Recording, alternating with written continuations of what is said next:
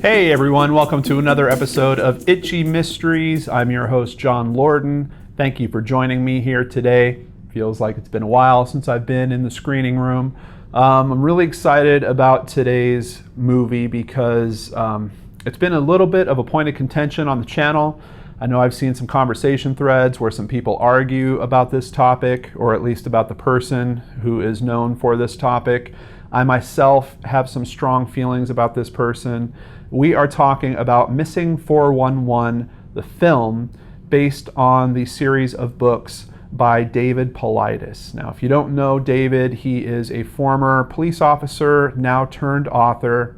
I did some research into him since watching the film. I did find out that he is also the director of a Bigfoot-based organization. And part of the thing that I struggle with in terms of his content, which admittedly I've only consumed basically what I could get for free, several radio interviews that he's been on, presentations that he's given, usually at either UFO or Bigfoot conventions. I haven't bought his books. I did look into buying them at one point, but they were just a little too expensive for my taste, and I couldn't get them on my Kindle application, which is where I do most of my reading. But that's why I've been waiting for this film. I thought, he's probably going to take his best cases and show us this throughput that I keep hearing about from fans out there, that there are these conditions in these cases where they match up, so something must be going on. Is that really what I got out of Missing 411, the film? Well, let's talk about it. Primarily, this movie is about the Dior Kunz case. Now, this is a case that I've looked into as well. I have several cases that I've looked into that David has as well, and I have to say, in some of the other cases, we've had very different perspectives, and I feel like I've found information that he just doesn't use in his retelling of these cases. With the Dior Kunz case, the way that this film starts at the beginning, I was kind of extremely skeptical because there's also been some recent developments on this case. But I believe that this film does a really good job of trying to be mostly objective about this case right up until the end. And then literally like in the last 5 or 10 minutes of the film, it takes this jag where it tries to get you to believe that Dior's parents really had nothing to do with Dior's disappearance. If you know about the case, you know that there was 2 private investigators that have worked on this case, and both of them have at one point flipped on the parents, essentially stating, I know you're lying about something, so I don't want to help you with this case any further. One of those investigators is Kline, who I've had some strong opinions about in the past as well. However, Philip has been very clear that he thinks that, I think he believes in particular the mother has something to do with it. And it even got to the point where apparently they were threatening to sue Philip, but it looks like nothing ever came out of that. So I was almost a little worried as I was watching this film because I felt like this was not the right case for them to club onto for this belief structure that there might be something supernatural or something that we don't understand going on here. There are primarily 5 cases shown in this film. However, I have to say, out of the hour and 38 minutes that this film runs, I think about an hour of it is dedicated to Dior's case. And once again, they do a really good job with it. They interview people. They get interviews with people that, quite honestly, I've seen other media outlets complain that they can't get interviews with. So they really dug in. It's directed by Michael DeGrazier and Benjamin Paulides. Benjamin is the son of David, from what I understand. I know that Ben at least went to USC Film School, and it really comes out in this piece. You can see there's some really good cinematography that's going on. Of course, when you're talking about people going missing in national parks, you get some really beautiful scenery if you decide to take advantage of that, and they do. They do a really good job. It features a lot of Nate Eaton, who is a reporter on Dior's case. I actually complimented Nate's work when I did my review of Dior's case because he was really digging into the case. He's the only person that uses the Bigfoot word in this documentary, but I have to say that there are a few moments where it seems like it's pointing very heavy to some type of supernatural explanation. But as I find typical with David, it's not very clear about what that explanation is. You never get a good understanding of what the thesis is there. From how people have explained it to me, the books are basically just a telling of case after case after case, and supposedly by the time you get to the end of the book, you see this trend. That's kind of the experience I was hoping for here with the film, and I have to say, on that level, it didn't really work for me. The cases that they showed had wildly different outcomes, including one case where the person actually survived, and they were able to interview him, and he's not talking about Bigfoot or UFOs abducting him or anything like that. Admittedly, he was 2 years old and his memory is pretty limited about what happened. But you have wildly different outcomes. You have one case that doesn't even really take place in a national park. It's actually a kid disappearing from a farm. That's the same one that is eventually found. You have cases that span like from 60 years ago to just a few years ago. Once again, just if you're really looking to categorize this information and to say, hey, look, we're noticing a trend, the rules for defining those trends I see breaking all over just in these 5 cases. And supposedly, at the end of the film, it says that David has cataloged over 1,600 cases that are fitting these disturbing trends. Couldn't we have at least gotten 5 where the trend is obvious enough that people would understand what is really going on with this trend? Because quite honestly, people going missing in natural areas, I don't think it's that uncommon. I don't think it's that unreasonable. There was also supposedly an analyst that has looked into David's work. This is info from Wikipedia, so take this with a grain of salt. But this analyst reviewed his work and said there is no there's no reason to believe that there's something statistically odd going on with these disappearances, that these could just be normal happenings, normal occurrences. And that's part of why I struggle with David and his information also. He's saying that there's a trend, but he doesn't recognize that he himself is creating the conditions of that trend. For example, if you're only reviewing cases in national parks, of course you could say people are going missing in national parks. It's a disturbing trend because I have this whole list of national parks. Well, you're the one that decided that you were only going to look at national parks. If you want to look at true trending, you'd have to look at everything and then say, hey, look, we've got a spike in national parks, and year over year over year, we can show that there's something weird going on with those numbers. They're either extremely high or they're deviating from the national norm.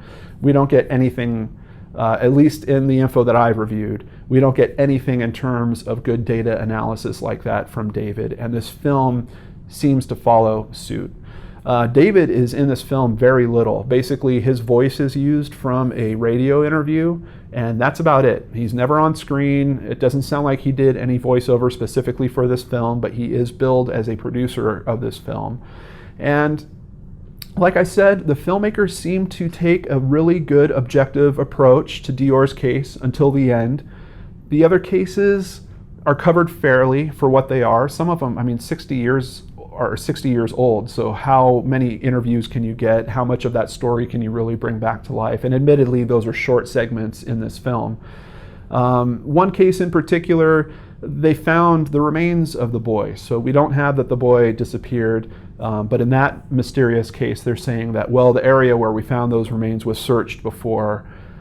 That kind of stuff is really, really hard to validate. It's hard to say that, hey, we specifically know that we looked right at that tree stump or right by that specific rock. When you're doing searches in the wilderness like that, how are you going to know, even if you brought the same person back out to that location, would they really be able to identify, yes, I was in that specific 6-foot square area? I don't know. I'm just very, very skeptical of that type of analysis. And you have the boy's body being found. So at what point do you say, well, what, Bigfoot took him away and then brought him back and dumped him in this location, or aliens took him away and brought him back and dumped him in this location? It's really, really tough for me. It's strange because, David, people that are fans of mine also seem to be fans of David's, but I think that we're doing things pretty differently. Like, for example, you get to the end of this film and At no point do they give you contact information for if you have any information about the cases, how to forward that on to help authorities with this. Where, you know, in the shows that I do, if we're trying to raise exposure, of course we're going to include the contact information, because what good is the exposure if people don't know how to act on that particular case? And once again, just doing things like that makes me question, what is their motivation with this really? And that's tough, because David is not coming out straightforward and saying, you know, I'm trying to show you guys that Bigfoot does really exist. Well, at least he's not saying that in this book series specifically. If you look into him and you look into his North American Bigfoot Search Alliance, you'll see that he has actually written 2 books on Bigfoot, and he's the director for that organization. So I believe what we have in David Paulides that comes through in this film a little bit, but really not strongly, because it feels like the filmmakers kind of pulled away from that whole belief structure.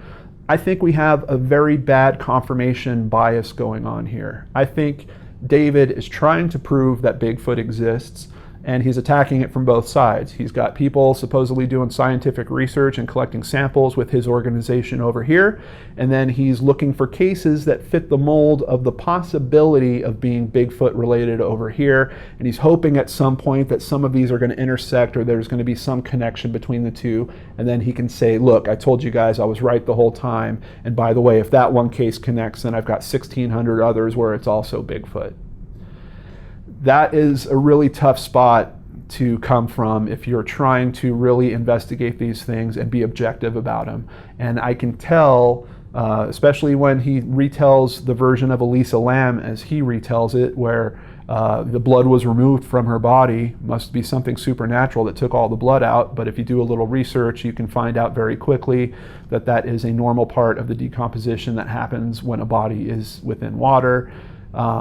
I can already tell from the few cross sections where our cases have crossed over that he is trying to believe in something specific when he's looking into his cases.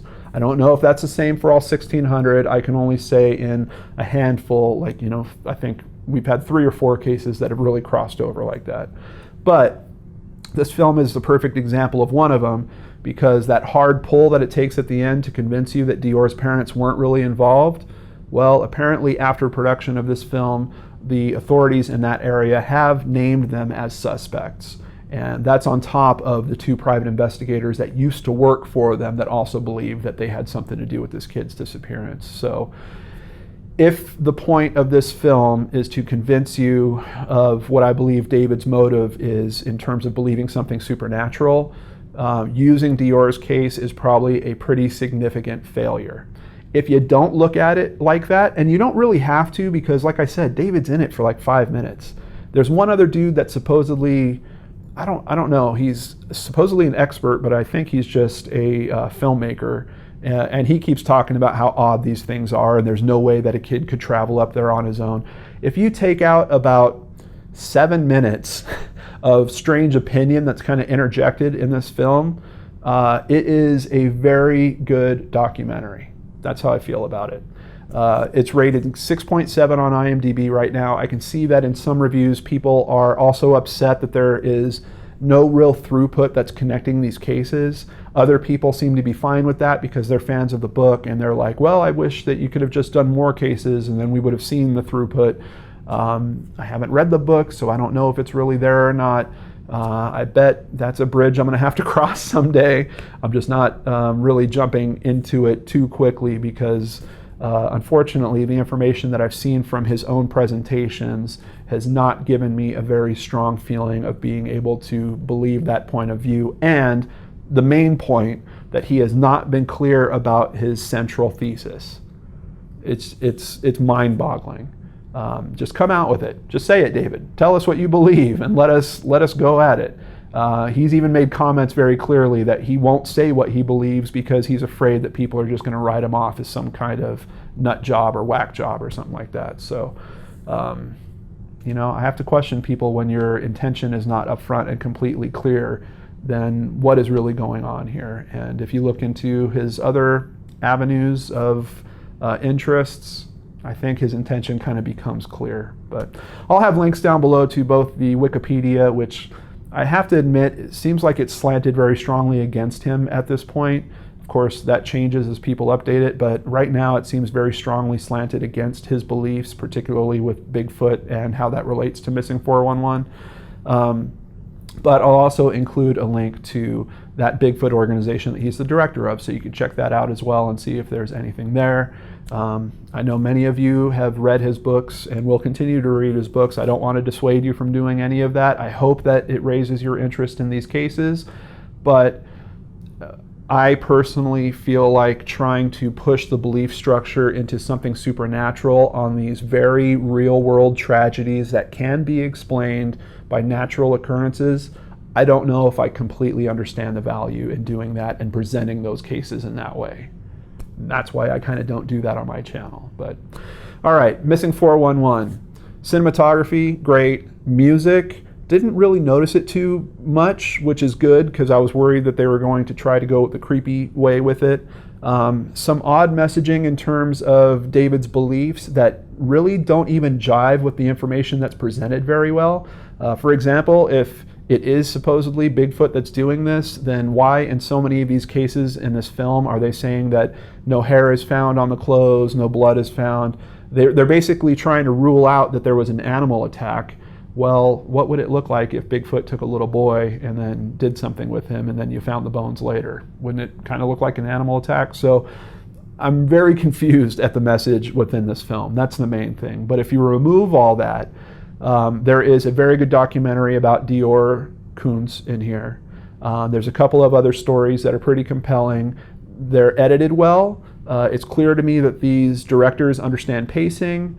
I really think that I want to see more work from them. I just hope that next time maybe it's not branded as Missing 411. Maybe they can move away into doing other types of topics where they don't have this strange wrapper of trying to say, see, we're trying to get you guys to believe this, because the stuff in the middle really didn't fit it very well for me. Still, I give this a 7 out of 10, which is a lot higher than I thought. I was a bit cynical when I decided to, hey, I'm going to try to watch this, but right before I started it, I really tried to empty out all the biases that I could. Admittedly, I can't get them all, but I really tried to give it a fair shot, and I'm glad I did, because I do think that there are a lot of parts to this that make it worth your while. And I would recommend that you guys check it out, particularly if you're a fan of David, but even if you're not, if you just want to dive into Dior's case a little bit more, I think there's value in Missing 411 to do that. Thank you for hanging out with me on this extra long Itchy Mysteries review. I really appreciate it, you guys. I just wanted to spend some more time talking about David, because I know it's been a hot button topic for us before. No hard feelings from here. You guys could be a fan of whatever you want. I'm not going to think any less of you or anything like that. I just have my feelings about it too, so I just wanted to be able to share that. Thank you so much for sticking around. I will see you next time right back here on the Lord and Arts channel.